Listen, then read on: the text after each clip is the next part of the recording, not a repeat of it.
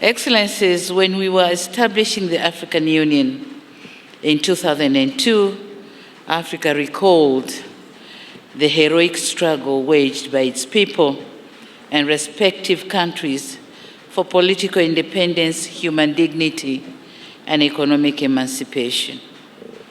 This collective recollection of the sacrifices by our forefathers remains the bedrock of which rests our shared ambition of the African Union. It is heartening to see the progress made by the AU since then, including advances in implementing Agenda 2063, rolling out of the African Continental Free Trade Area to enhance intra-African trade, and our Union's achievement of G20 membership, marking a significant step in Africa's global representation. Excellencies, despite the progress made, it is incumbent upon us to ensure that the AU remains firmly united and able to meet the noble goals we have set. In doing so, a number of aspects must be addressed. Topmost is completing the institutional reforms aimed at enhancing accountability. Related to this is strengthening the Union's capacity to silence the guns on our continent. In the same vein, the AU needs to drive Africa's development agenda by ensuring realization of its infrastructure development plans and connectivity. Globally, we must ensure that our voice, Africa's voice, heard loud and clear in global conversations. From climate change to a just energy transition, from development cooperation to fair trade, and from development of international law on artificial intelligence to global governance. It is with all this in mind that the government of the United Republic of Tanzania endorses the candidature of Right Honorable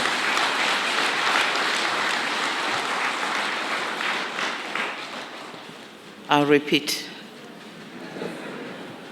It is with all this in mind that the government of the United Republic of Tanzania endorses the candidature of Right Honorable Raila Odinga for the position of chairperson of the African Union Commission.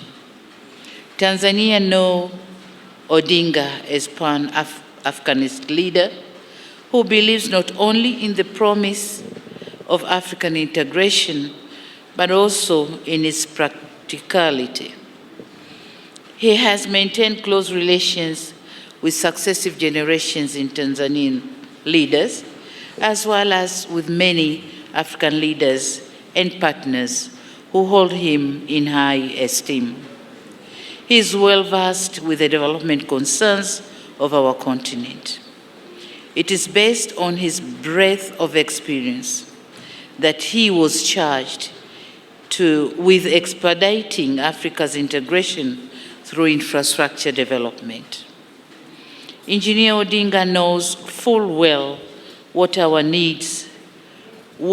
union needs to do to meet the infrastructure development gaps critical to unlocking Africa's potentials.